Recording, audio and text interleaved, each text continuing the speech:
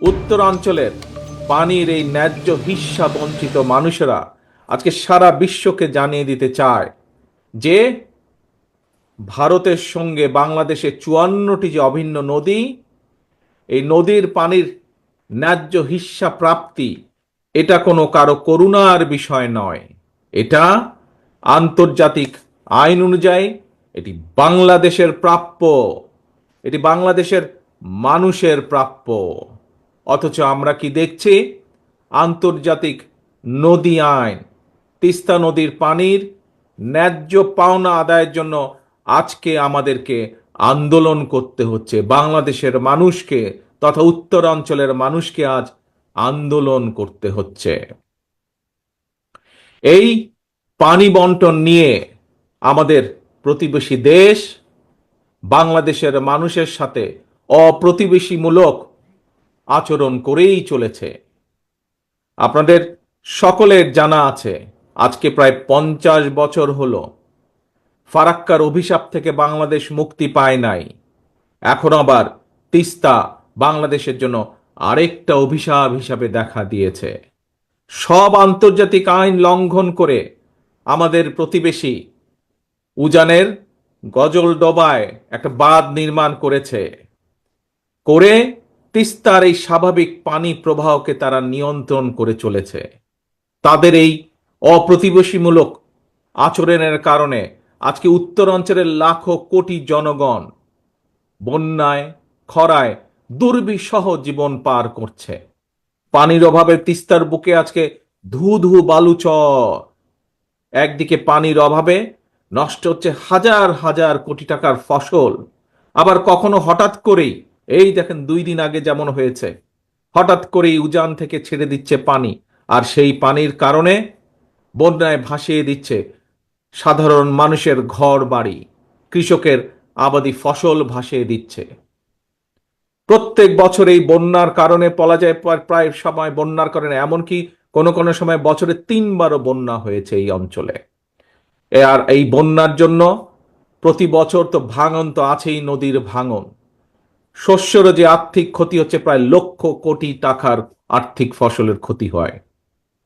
প্রিয় সংগ্রামী ভাই বোনেরা, এই যে 5ই আগস্ট চলে গেল, এই 5ই আগস্টে আমরা দেখি যে একজন পালিয়ে গিয়েছে এই দেশ থেকে, একটা খুনি এই দেশ থেকে পালিয়ে গেছে, স্বৈরাচার এই দেশ থেকে পালিয়ে গিয়েছে। এই স্বৈরাচার একটা কথা বলেছিল একবার, নিশ্চয়ই আপনাদের সকলের মনে আছে। কি সেই কথাটা? স্বৈরাচার বলেছিল, ভারতকে যা দিয়েছি সেটি তারা সারা জীবন মনে রাখবে। প্রিয় ভাই বোনেরা, এই ভারত শুধু পলাতক স্বৈরাচারকেই মনে রেখেছে, বাংলাদেশের জনগণকে তারা মনে রাখেনি।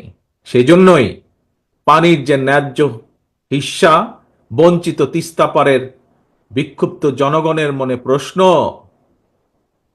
পলাতক স্বৈরাচারকে ভারত যা দিয়েছে, বা পলাতক স্বৈরাচার ভারতকে যা দিয়েছে, সেই পলাতক স্বৈরাচারকে আশ্রয় দেওয়া ছাড়া ভারত কি বাংলাদেশকে আর কিছু দিয়েছে?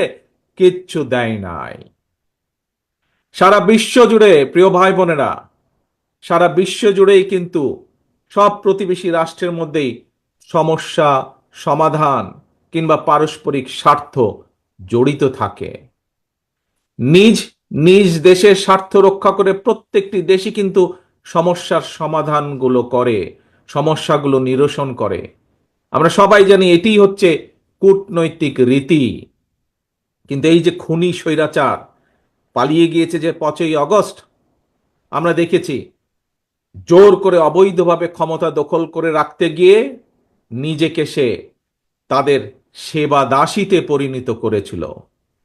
বাংলাদেশ ভারত যৌথ নদী কমিশন এবং জাতীয় নদী রক্ষা কমিশন পর্যন্ত সম্পূর্ণ অকার্যকর রেখেছিল। সারা দেশের মানুষ জানে এখনো ভারতের সঙ্গে বাংলাদেশের বিরাজমান ফারাক্কার সমস্যার সমাধান হয়নি। জনগণের, উত্তরাঞ্চলের বিশেষ করে জনগণের বহুল প্রত্যাশিত তিস্তা চুক্তিও হয় নাই। অথচ সকল আন্তর্জাতিক রীতিনীতি ভঙ্গ করে এই পলাতক স্বৈরাচার, এই খুনি স্বৈরাচার প্রতিবেশী দেশকে ট্রানজিট শিপমেন্টের বন্দর ব্যবহারের একতরফা সুবিধা দিয়ে গেছে। এইসব চুক্তিতে মিনিমাম ন্যায্যতা পর্যন্ত রক্ষা করা হয় নাই। প্রিয় ভাই বোনেরা, বাংলাদেশের মানুষ মনে করে প্রতিবেশী দেশের সঙ্গে প্রয়োজনে সকল অসম, অন্যায্য এবং একতরফা যে সকল চুক্তি, এগুলো পুনর্মূল্যায়ন কিংবা পুনর্বিবেচনা করা দরকার। প্রিয় ভাই বোনেরা, সবার সঙ্গে বন্ধুত্ব, কারো সঙ্গেই বৈরতা নয়। আমাদের পররাষ্ট্রনীতির এটি হচ্ছে মূল স্লোগান বা মূল নীতি। কিন্তু সময়ের প্রয়োজনে সময়ের প্রয়োজনে হয়তো এই স্লোগানটি বা এই নীতিটি পুনর্বিবেচনা করা দরকার। বর্তমান বিশ্বে স্থায়ী শত্রু, স্থায়ী মিত্র বলে কিছু নেই, বরং একটা দেশের সঙ্গে অপর দেশের সম্পর্ক হবে পারস্পরিক স্বার্থ রক্ষা, ন্যায্যতা এবং প্রয়োজনের ভিত্তিতে। সুতরাং সম্পর্ক রক্ষা করার ক্ষেত্রে নিজ দেশের এবং জনগণের স্বার্থ রক্ষাই হতে হবে প্রথম এবং প্রধান অগ্রাধিকার। এ কারণেই বিএনপির স্লোগান সবার আগে বাংলাদেশ। বন্ধুত্বের দোহাই দিয়ে বাংলাদেশের জনগণ আর কাঁটাতারের বেড়ায় ফেলানির ঝুলন্ত লাশ দেখতে চায় না। সীমান্তে নিরীহ বাংলাদেশিদের রক্তাক্ত মরদেহ আর বাংলাদেশের মানুষ দেখতে চায় না। প্রিয় দেশবাসী, প্রিয় তিস্তা পাড়ের ভাই বোনেরা, প্রতিবেশী দেশ ভারত যদি পানির ন্যায্য হিস্সা না দেয় বা দিতে যদি দেরি করে, তিস্তা চুক্তি করতে অনীহা দেখায়, তাহলে দেশ এবং জনগণের স্বার্থে, জনগণকে বাঁচাতে, কৃষিকে বাঁচাতে, কৃষককে বাঁচাতে, নদী বাঁচাতে, নাব্যতা রক্ষা করতে, তিস্তা সমস্যার সমাধানের জন্য আমাদেরকেই আমাদের বাঁচার পথ খুঁজে নিতে হবে। দেশীয় এবং আন্তর্জাতিকভাবে সকল সম্ভাব্য বিকল্পকে কাজে লাগাতে হবে। এবং এ কারণেই আমরা মনে করি পানির ন্যায্য হিস্সা আদায় করতে জাতিসংঘ সহ সংশ্লিষ্ট সকল আন্তর্জাতিক ফোরামে জোরালোভাবে বাংলাদেশের দাবি তুলে ধরতে হবে। একই সাথে প্রতিবেশী দেশের সাথেও আমাদেরকে কূটনৈতিক কাজ করতে হবে, কূটনৈতিকভাবে আলোচনা শুরু করতে হবে। আবার আন্তর্জাতিক অংশগ্রহণের উদ্যোগের অংশ হিসাবে আর সময়ক্ষেপণ না করে অবশ্যই আমরা মনে করি বাংলাদেশকে 1992 সালের ওয়াটার কনভেনশন এবং 1997 সালের জাতিসংঘ পানি প্রবাহ কনভেনশনে স্বাক্ষর করা জরুরি হয়ে পড়েছে। প্রিয় ভাই বোনেরা, আন্তর্জাতিক উদ্যোগের পাশাপাশি বিশেষ করে উত্তরাঞ্চলকে মরুকরণ থেকে বাঁচাতে তিস্তা মহাপরিকল্পনা বাস্তবায়নের কোনোই বিকল্প নেই। আপনাদের প্রিয় দল বাংলাদেশ জাতীয়তাবাদী দল রাষ্ট্র জনগণের সমর্থনে আল্লাহর রহমতে রাষ্ট্র পরিচালনার দায়িত্ব পেলে আগামী দিনে অবশ্যই আমরা অগ্রাধিকার ভিত্তিতে তিস্তা মহাপরিকল্পনা বাস্তবায়নের সব রকম উদ্যোগ আমরা ইনশাল্লাহ গ্রহণ করব।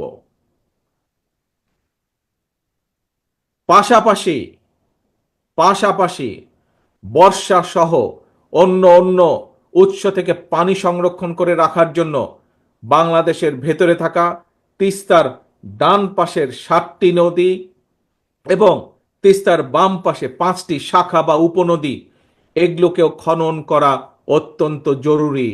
এগুলোকেও খনন করতে হবে আমাদের।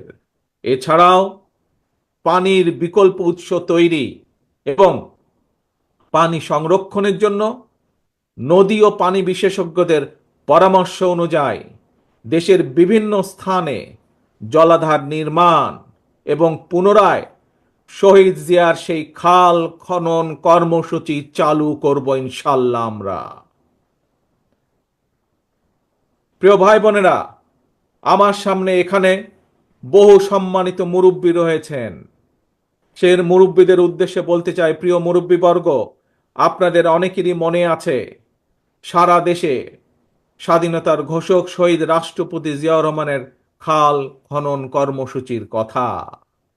তখন একটি স্লোগান ছিল, বিখ্যাত স্লোগান, কৃষকের কাছে, গ্রামের সাধারণ খেটে খাওয়া মানুষের কাছে একটি পরিচিত স্লোগান ছিল, প্রিয় স্লোগান ছিল, কি সেটি?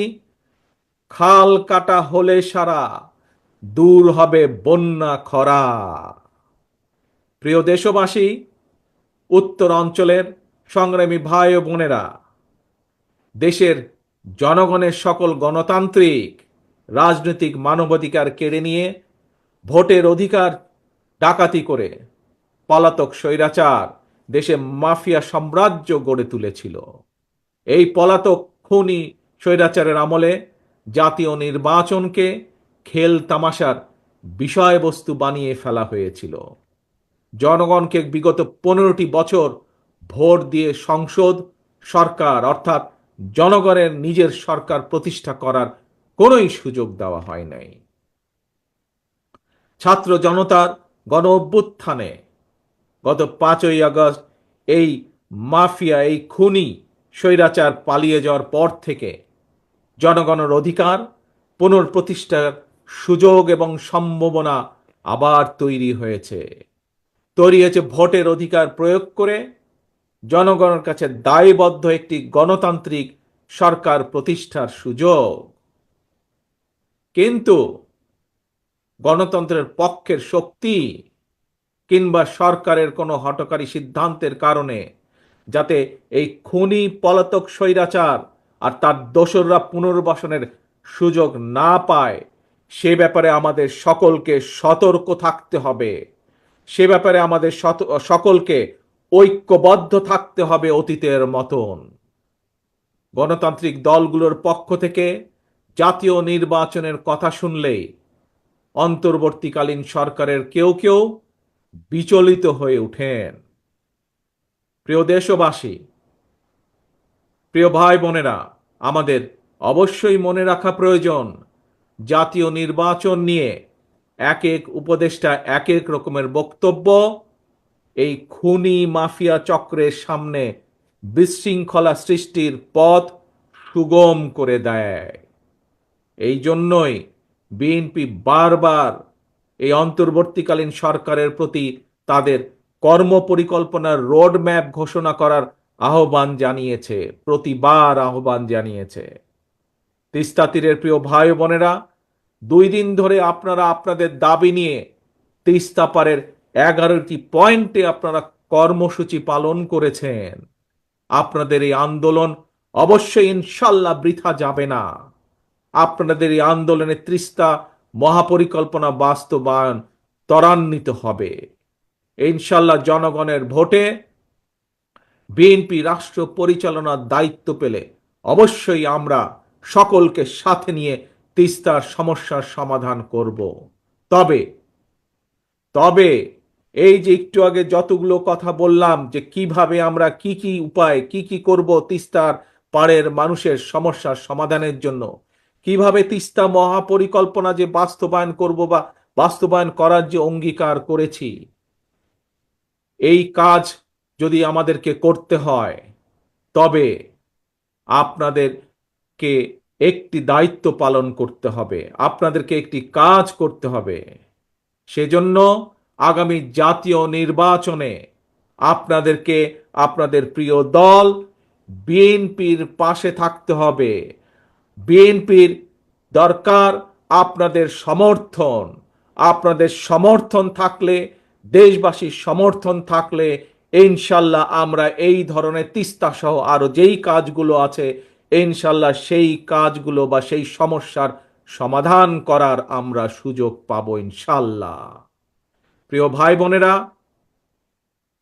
ইনশাল্লাহ ভবিষ্যতে তিস্তা পারে নয়, দেখা হবে আপনার গ্রামে আর দেখা হবে আপনার ঘরে। আসুন, এই যে গত 2 দিন ধরে আমরা সকলে মিলে এখানে একত্রিত হয়েছি, এই যে হাজারো লক্ষ মানুষ গত 2 দিন ধরে যে আপনারা এখানে প্রতিবাদ গড়ে তুলেছেন, সারা বিশ্বকে দেখিয়েছেন কিভাবে ন্যায্য অধিকার প্রতিষ্ঠা করার জন্য বাংলাদেশের মানুষ, তিস্তা পারের মানুষ ঐক্যবদ্ধ হতে পারে নিজেদের অধিকার আদায়ের জন্য। আসুন আজকের এই 2 দিনের এই কর্মসূচিতে আমরা প্রতিজ্ঞা গ্রহণ করি। কি সেই প্রতিজ্ঞা? সেই প্রতিজ্ঞা হলো জাগো বাহে, তিস্তা বাঁচাও, জাগো বাহে, বাংলাদেশ বাঁচাও। এই হোক আমাদের স্লোগান, জাগো বাহে, তিস্তা বাঁচাও, জাগো বাহে, দেশ বাঁচাও। আসুন এই হোক আমাদের স্লোগান, এই হোক আমাদের শপথ আজকে।